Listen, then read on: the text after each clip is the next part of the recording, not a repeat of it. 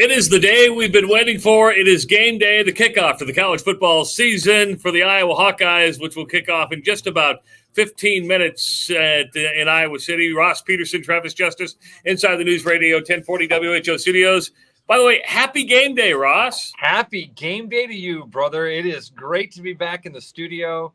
Man, it's good to have Hawkeye football back. It was nice to wake up here this Saturday morning. The 11 a.m. kickoff is the way to go to start a season, man. Amen to that, brother. You don't have to sit around and wait for it. I saw some people like one of our good friends and listeners, Hawk from Norwalk, was lamenting the 11 a.m. kickoff. Now I get it. When I was a season ticket holder and we were tailgating, getting up at like 5 a.m. to get over there, that could bite you when you weren't used to it. You and I are used to that 5 a.m. thing. To me, this is perfect, man. The blood's flowing. I'm ready for kickoff. We're 15 minutes from kickoff. I'm with you, and it's an interesting game for the Iowa Hawkeyes. They are starting with Spencer Petras against South Dakota State, which is a very good FCS, if you're an old guy like me, Division I AA football team, ranked third in the country in the Missouri Valley Conference, a conference we know well because of Northern Iowa. It is the SEC and the Big Ten of the FCS. This is not a gimme by any means, Ross. No, it's not, and we've watched this line change a lot, and we were just listening to Dolph go through all of the different starters that are going to be missing now for the Hawkeyes, including Gavin Williams, which part of the intrigue of this offense, coming into this season, was this two-headed monster at running back. That all of those things combined, Travis, I mean, I haven't heard a lot of Hawkeye fans be over their skis confident about this game in particular. The defense for this season, everybody's pretty excited about, but I think a lot of people see this matchup as a pretty scary team because obviously it's so much to lose. If you lose this football game, man, it's hard to build any sort of confidence or momentum. I mean, I would say almost all year, because this will constantly be something that hangs over your head. Very possible that the Hawks look at an upset here today, but I don't think that happens. I think this defense is going to be good enough that even if the Hawkeyes and Spencer Petras are able to put up 17 points, might be enough to win this game. Only 2 scholarship receivers are going to be available today. That means Keegan Johnson's going to be out. Nico Organi's going to be out. So you lose a running back. You lose some pretty good strengths on the wide receiver core. Look for strong tight end play today. That's what I'm going to predict. Look for strong tight end play today. Took the words out of my mouth, friend. And that is, never has the Hawkeye offense under Kirk Ferentz been predicated on how good your best wide receiver was. And certainly it's never been as good as your third or fourth best wide receiver. So I'm not too much worried about that, as I think a lot of people are. I will use that as an excuse for Spencer Petras. If Spencer Petras does not come out and have a gangbuster day, we're going to have to say he didn't have some of his best targets out there. Okay. So that will give him a little bit of a longer leash, but this offense still should be able to put the ball in the end zone a few times with the talent that's out there still. Sam Laporta, in my opinion, Travis, is a NFL tight end. We've seen enough of them come through now that this guy seems like he's an NFL talent. So I'm interested in the wrinkles that seem to be available now with him, maybe even stepping outside, being in that slot. And Luke Lachey is not far behind. You're right. Yeah. I mean, let's think about that for a second. By the way, Drew says Ross Peterson giving off the "Where's Waldo" vibe today. They really dig it, man. Look at that. You do kind of give it off the "Where's Waldo." I get it. I can see it right now. There's nothing wrong with that. By the way, you are wearing a hat that features the Wave, and believe it or not, today is the 5-year anniversary of the Wave. 5 years the Wave has been going. Now, you and I. When it first started, hold on 1 second. I got a question. Okay. When people write in comments, do they automatically pop up on the screen, or do you select which comments go on the screen? Oh, I select them. I have full editorial control. You know me. I like to pick on people. I'm not. You know me. You know me. I like to be picked on.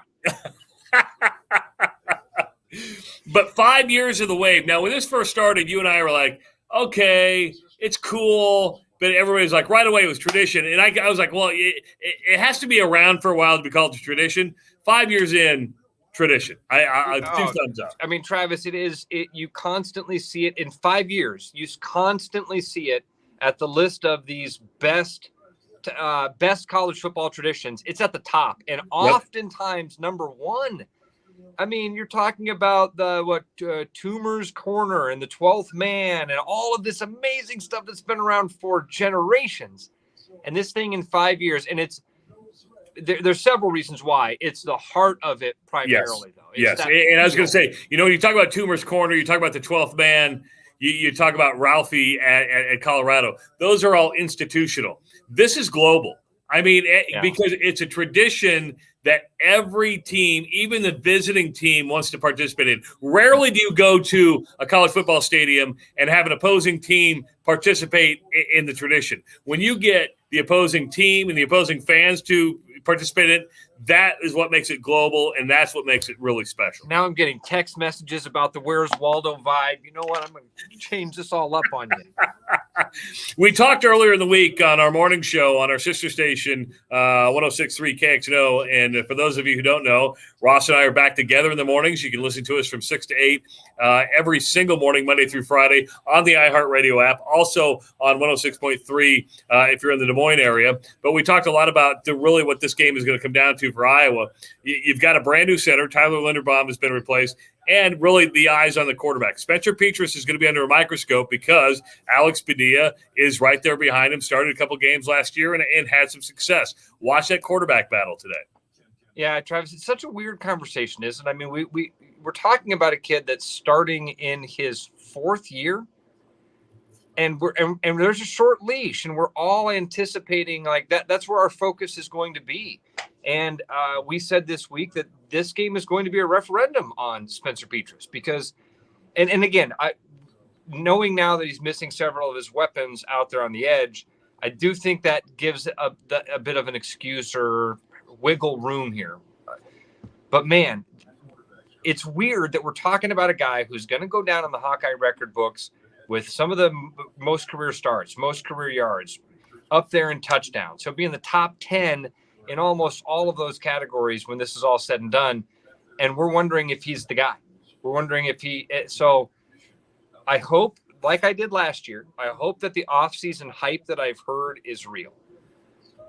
If he goes out today and has a couple big throws, if they are able to take the top off of what's a good defense, Travis, it's a good defense. They're going to seem much better. So, and other teams, by the way, are facing much better here in week one. So we got to keep things kind of in that perspective too, that even though this is a really good football team the Hawkeyes are up against, things have got to get completed, man. Things have got to be – when we get to sound off, our biggest complaint better be that it wasn't flashy enough. We're going to make a couple changes to the way we do these live shots. Normally we go live after every single quarter. We're not going to do that this year. We're going to go live in pregame. We're going to go live at halftime. We're going to go live after the game. It just timing wise, and it makes it a lot easier. So just to let you know, we're going to go live. Our next time you're going to see Ross and I is going to be at halftime. So we'll do a pregame, we'll do a halftime, and then we'll do a postgame because, well, we can't control our emotions sometimes. It's college football season. How fitting! It was blazing hot yesterday. It was muggy. It was nasty. You wake up today, it's like 81 degrees, sunny skies. It's absolutely perfect for college football. And like even the extended forecast, 80 degrees, 60 at night, looking beautiful, man. It's a nice time here in Iowa. Gary says hoping Spencer Petras makes a senior step up that Nate Stanley made, and that's a good comparison right there. Well, I think the comparisons to Nate Stanley are valid. I mean, didn't we do this same thing with Nate Stanley? He didn't quite have maybe the pressure from a backup, but man, we were having a guy that went down in Hawkeye record books as one of the best. You can't argue that when you look at the record books. And Spencer Petras is going to be the same way. But if you were there, if you lived it, man, you know that it wasn't pretty and that a lot of fans stood around and said, I'm not sure this is the guy. And then you see some sort of that senior leadership step up or something like that. I always defer to the coaches. Kirk Ferentz knows more about football than I ever will, and he wants to win more than I do. So if he thinks that Spencer Petras gives him that best option, then I'm with it. Let's go. And I hope that that listener is right and Spencer Petras does step up. That's what I'm expecting. Some exciting stuff coming up today. Of course, if you haven't eaten lunch yet, now is the perfect time to order Jethro's. And back on the menu this year is the Sound Off Sandwich. If you haven't had the Sound Off Sandwich, 3 are going to get delivered here right around noontime as we have lunch together. Well, and Sean Roberts, new host of The Drive. Sean Roberts, new host of The Drive. He's sitting right there. Right there? Yeah, he's here. We've got a legend in our midst. Why do you gotta be a jerk? Yeah, now he says, "Why do you got to be a jerk?" Local celebrity. Local celebrity, Sean Roberts from The Drive on our sister station 106.3. But we want to thank Jethro's for being back with us again, putting the Sound Off Sandwich back on the menu. You know what? If you want to go to any one of the Jethro's locations to watch the game, you should do that. If you want to have Jethro's delivered to your home, you should do that. But Jethro's back on board with us, and it's good to have them. So if you want to listen to the game, go.